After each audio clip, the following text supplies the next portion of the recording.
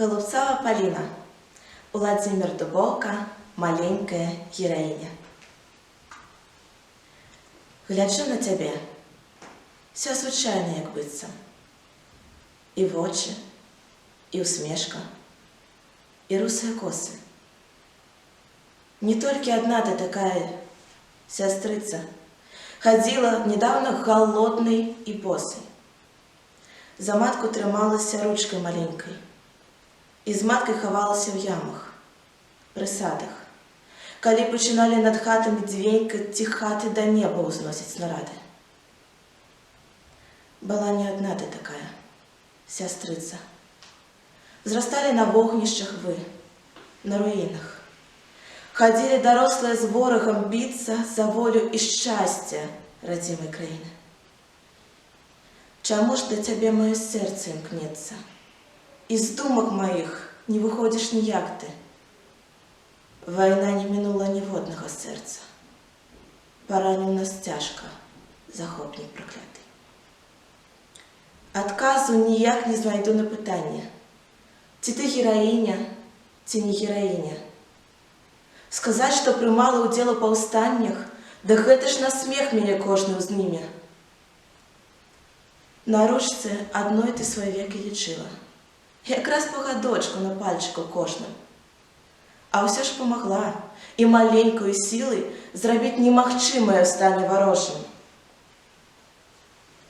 Забрали фашисты в полон партизанам. Сядзяць партизаны за дротом колючим. На кару тяжкую все зрыхтавана. Бязлітасны ворог их скоро замучить. Сябры сабраліся на раду ў лесе. Сягодня павінны мы даць дапамогу. Каб зброю як-небудзь да іх мы пранеслі, за рогі взялі б яны чорта самога. Замоклі на радзе.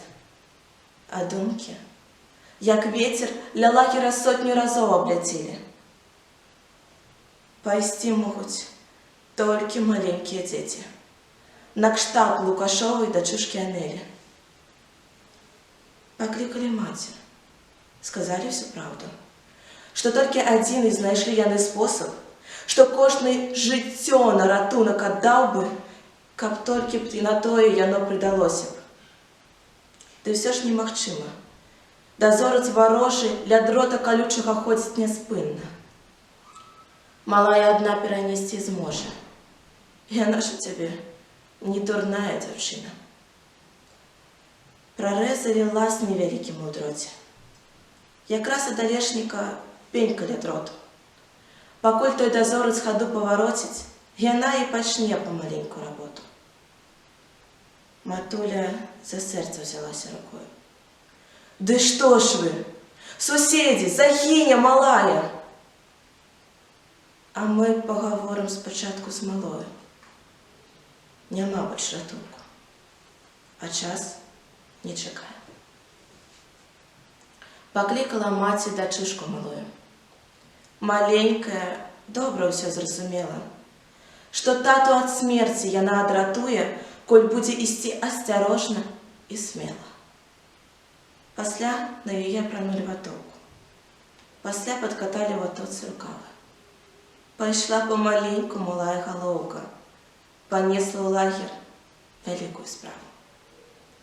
Стаялі ў кустах перадатыя людзі, якія не ведалі страху ніколі. А ў тыя хвіліны сціскала ім грудзі цяжкім і адрывістым нейкім болем. Глядзелі ўсе на дзяўчынку малую, як быццам трымалі сваімі вачыма.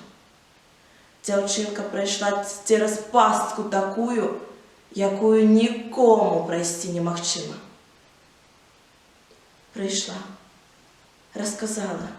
Ой, мамочка, мама! А тата мяне цалаваў, абнімаў там, і дзядзі мяне цалавалі таксама.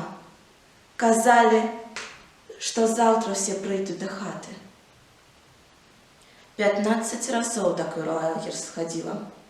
Аднесла адзін па адным пісталеты. Аднесла ім гранаты, аднесла ім сілу, з якою яны дасягнуць сваёй мэты. Што маці адчула ў тыя хвіліны, як вусны пякельна цмагі гарэлі.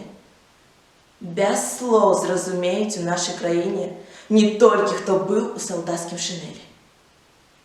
А поўначы выбух адкінуў вароты. Збянтэжыў сваёй нечаканасці варту, стралялі спачатку з паварці з-за дроту, пасля пад мацунак прынеслі гранаты. І варта не стала. Все выйшлі за дроту. Да родных вярнуліся тата і дзядзі. Ты спрытная будзеш да ўсякай работы, татуля казаў. І галоўку ўсё гладзіў. Гляджу на цябе. Все звычайна, як быццам. І русыя косы, і усмешка, і вочы. Не толькі адна ты такая, сястрыца. З красою звычайнай, з красою дзявочай. Чаму ж да цябе маё сэрца імкнецца? І з думак маіх ты ніяк не выходзіш. Не толькі такое адно маё сэрца. Такіх жа нямала ў нашым народзе. Я нават не буду пытацца нікога, ці ты гераіня, ці не гераіня.